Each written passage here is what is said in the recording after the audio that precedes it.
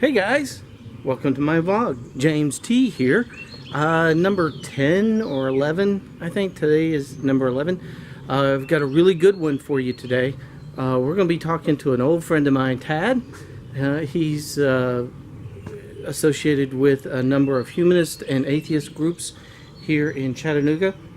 He's going to give us a slightly different perspective than many of us may already have of these kind of groups. So without rambling on, we'll cut to that right now. Okay. So it'll show up on the sound. All right, here we are with my friend Tad. We've known each other for years. 15, 20, yeah. We used to play paintball together, that kind of stuff. We've known each other for quite a while. Of course, the world has changed a lot since then. We've learned a lot of things about ourselves. But we're here today to talk about your participation in some atheist groups in the Chattanooga area. What was that first group that you were mentioning? So the first group I ended up joining was the Chattanooga Freethought. Chattanooga Freethought Association, and it was an online group. And I'd never been a part of an atheist group before. Mm-hmm. Well, they're not really 100% atheists, they're all Freethought. But I met up with a bunch of them there and realized that there were a lot more atheists in Chattanooga than I knew. Oh. As far as I'd known, actually growing up here in Chattanooga, I thought I was the only atheist for the longest time because we just didn't talk about it. Okay, so you've pretty much been an atheist your whole life. Yes. Okay. So I guess I'll just tell that background a little bit. So I grew up here in Chattanooga. Right. And we attended the Lutheran church, but it never took for me.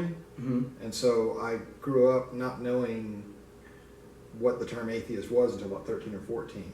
And then I realized once I found out what that word was, right, that's what I realized that applied to me. Okay. What exactly brought you to the group? Was it just looking for camaraderie? Were you just looking for answers? Were you, there's not a lot of resource material growing up in the South for anything other than Christianity. Right. Right. I mean, where did you get your information? How were you pulled into that group? How did you make contact? How did I find the group? I'm trying to remember how I found the group. I think it was from a friend of a friend. And I think she introduced me to the group and told me that this group existed. And then I was in it online for several months, and as I said, then I went to the meeting. Right. And out of 10 people at that meeting that I went to, 5 I had known through other parts of my life. Oh, okay. Oh, cool. And it's funny how, especially here in the South, religion always comes up. And I imagine that's been difficult for you. When people say, oh, what church do you go to? That's kind of a standard thing. In following that path, you told me earlier there's like 4 groups that you're a member of. Correct. Now, do you have like a leadership role in any of these groups? So yes, in Chattanooga Humanist Assembly, I was one of the founding members, and I ended up president just because I wasn't looking when they nominated officers. That's how that works. That happens a lot. You weren't here, so we made you president of the group. And Atheist Alliance Helping the Homeless, the Chattanooga chapter. I was president of that till recently. I stepped back so that I could focus on starting a mindful meditation group for atheists. Oh, okay. That's a brand new group. And the 4th group in town, well, since the mindfulness group is part of the Chattanooga Humanist Assembly, the 4th group in town is the Chattanooga Atheist group. Okay. And I'm just a member there. So I'm a member of the the Freethought Association and the Atheist group, and I've got leadership positions. Okay. Now, the membership of those groups, do they overlap? Yes. A lot? There's a significant overlap between Chattanooga Atheists and Chattanooga Freethought, and Freethought and the Atheist Alliance group. The Humanist Assembly is fairly independent, but there's still a lot of overlap with both the Atheist and the Freethought Association groups. Okay. Well, the Freethought, you said mostly, or there was a large number of atheists in the Freethought. Do you actually have, say, liberal Christians that might be in that group, or people who are agnostic maybe that are participating in the Freethought group? So yes, you can. And I guess I'd like to also clarify the definition of the word atheist. Okay, sure. So atheism is really just a non-belief in supernatural beings. Right. And I classify myself as an agnostic atheist. Okay. And I think that I classify agnostic as a level of certainty.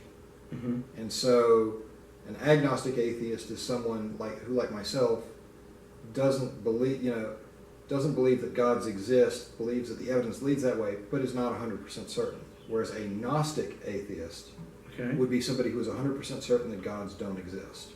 Okay. An agnostic Christian would not be 100% certain that God exists, but has the evidence that leads them that way. Right. And whereas a Gnostic Christian is somebody who is 100% certain their God exists. Right. Okay, yeah, I've heard a number of those definitions before. Probably one of the most common that's thrown around is the agnostic term. Right. You know, those who kind of believe, yeah, there's something out there, or maybe there's something out there, so I'm not going to say there is or there isn't, I'm just going to accept it. And you said earlier about an agnostic Christian, they may not have evidence of it or real belief, but they're going to go through with the trappings. Or they can't say 100% certainty that they believe that their God exists, but they have enough evidence to feel that there is one there enough to believe. Right. There was a minister that I knew who, when she graduated divinity school, I think it was Star King. It was a school out of San Francisco. Okay. She knew another graduate that had done some research concerning graduates of those divinity schools. In other words, people who were becoming ordained in Lutheran and Anglican and Unitarian, different ministers. Mm-hmm. What this research found, what her thesis was, that nearly 25% of all graduates of those programs had become atheists during their time in grad school. I'd love to see that research. You can't find it. Oh. You can find a few mentions of it, but of course, who wants to advertise that? Right. So it's hard to find. I found some snippets of it, but you really can't pull it out. The minister herself told me about the research. Okay. Right? So one has to think in this school where you're learning, you're committing your life to a divine purpose, mm-hmm. and 25% of everyone around you has lost their faith. Right? Right. Most of which continue on in the path. They're ministers now, but they're just playing the game. I mean, they're trained, they have degrees, they're advanced education, and they're preaching, and they're doing the whole counseling thing, but they've left that part of their private lives behind. Right. And so there is a group called the Clergy Project. I'm not mm-hmm. very familiar with it, but mm-hmm. I'm aware it exists for clergy who are atheists. Mm-hmm. And a lot of them do struggle afterwards because this is what they've trained for all their lives, and suddenly they don't believe. Grad school's expensive. Trust me, I know. I still have those loans.